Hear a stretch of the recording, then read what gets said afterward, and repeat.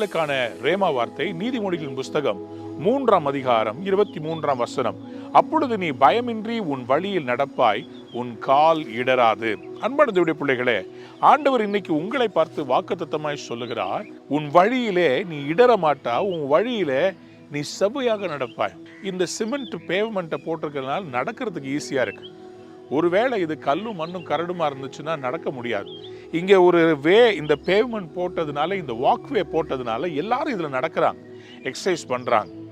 அதே மாதிரி தான் கர்த்தர் இன்னைக்கு உங்களுக்காக ஒரு வழியை ஆயத்தம் பண்ண போகிறார். God is going to make you a way. நீ பயமின்றி உன் வழியில் நடப்பாய். இந்த இடத்துல நடக்கிறவங்களுக்கு பயம் இல்லை. பாருங்க, எனக்கு பக்கத்தில் வெளியில் இருக்கிற ரோட்டில் கார் போகுது, ஆனால் இங்கே கார் வர்றதில்லை. எனக்கு அதை பற்றி பயமே இல்லை. நான் இந்த வழியில சந்தோஷமா தைரியமா நடந்து வந்தேன். இதே மாதிரி கர்த்தர் உங்களுக்கு ஒரு வழியை ஆயத்தம் பண்ண போகிறார். நீங்களும் பயமின்றி நடக்கும்படி உங்களுக்காக ஒரு வழியை வாழ்க்கையில வைத்திருக்கிறார். நீங்கள் தோற்று போவதில்லை. உங்களுக்கு கர்த்தர் நேர் வழியை வச்சிருக்கிறார். உங்களுடைய வாழ்க்கையில நீங்க சுத்தி நடந்தது முடிய போகிறது.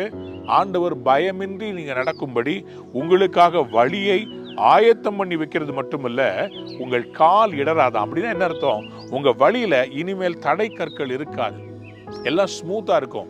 நீங்க நிறைய நேரம் நடக்கும்போது கால் இடறி விழுந்து நீங்க போகிற பாதையில உங்களுடைய ஸ்பீடு குறைஞ்சிருச்சு. ஆனா இன்னைக்கு கர்த்தர் சொல்றார், நான் உனக்கு செவையான வழியை தரப்போறேன்.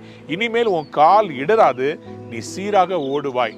உங்கள் வாழ்க்கையில இதுவரைக்கும் அந்த தடுமாற்றங்கள் முடிகிறது. பணத்துல இருக்கட்டும், பொருளாதாரத்துல இருக்கட்டும், உங்களுடைய குடும்பத்துல இருக்கட்டும், உங்க வேலையில இருக்கட்டும், இனிமேல் உங்க கால் இடராது. உங்களை கர்த்தர் ஆசீர்வாதம் வைப்பார். உங்க வழியை அவர் வாய்க்க செய்வார். God bless you. Have a wonderful day.